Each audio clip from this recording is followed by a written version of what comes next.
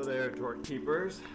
Today I want to talk about pyramiding in tortoises and introduce you to Tiny, my adult, not adult, he's approximately 3 years old, sulcata.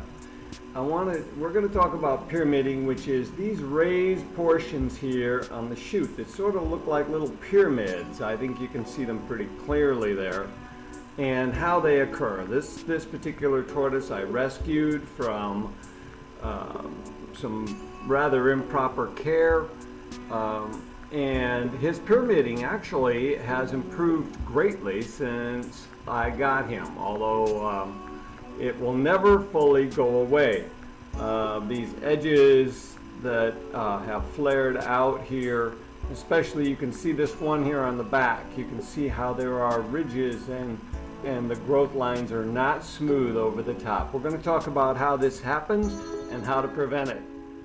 Stay tuned. Alright, now I want to show you something a little bit different.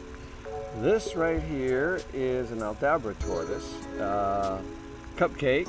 This tortoise right here is less than 2 years old. And I want to show you, I'd like for you to take a look at this shell. Get scared now.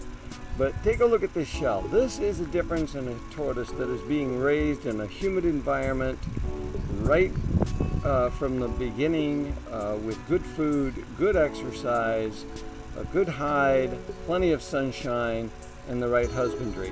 We'll talk a little bit about why Tiny the sulcata that I showed you first looks the way that he does. It's not just the difference in color of shell. Yes, this is a dark tortoise. But if you can look here and see these shoots, the way that they're growing and the smooth overall growth of this tortoise, this is what we are looking for, and this is certainly what we want when we are raising captive bred and captive raised tortoises. Whether it is inside or outside, let me assure you, this is possible, and I'm going to show you how. This little redfoot is pyramided by being raised not outdoors but indoors under desiccating heat lamps with low humidity. And you can see he looks like a pine cone. This is what the inside of a tortoise looks like, and how its spine, as you can see, is fused actually to the upper shell. Metabolic bone disease is when the bones do not have enough calcium and they are not properly formed. In the wild, a leopard tortoise frequently looks like this, but in captivity they are frequently very, very pyramided and sometimes have metabolic bone disease. When they're babies, look how they look.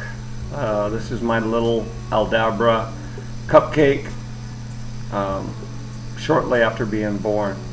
They can grow to 550 pounds as a male or 250 as a female. You can imagine how much calcium and good food it takes, plus sunlight to metabolize the calcium to get this size. This is a little gopher tortoise.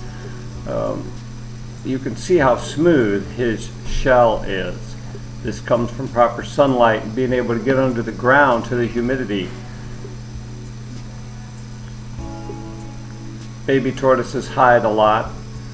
Even adults hide a lot. They regulate their temperature by getting in and out of the sun, in and out of humidity, warmth, and cool.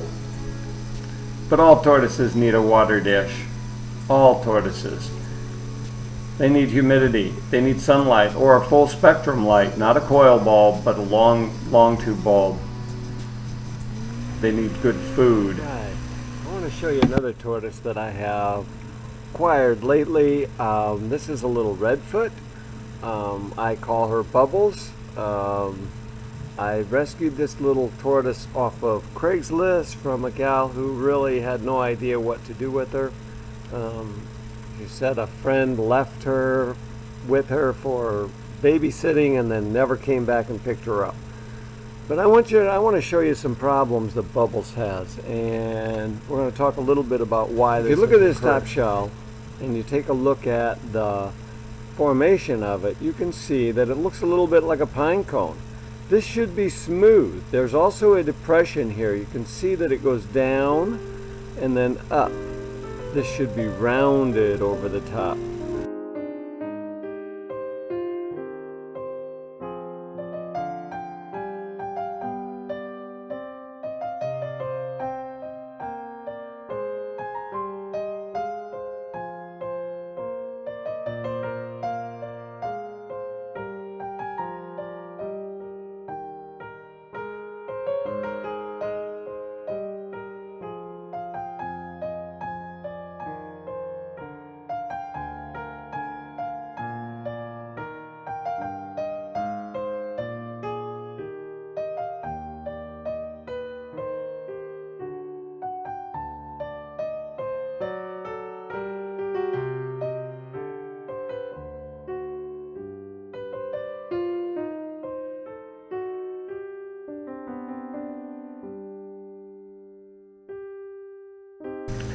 want to thank you for watching this video, and don't forget to subscribe. Hit that subscribe button in the lower right hand corner. Thanks.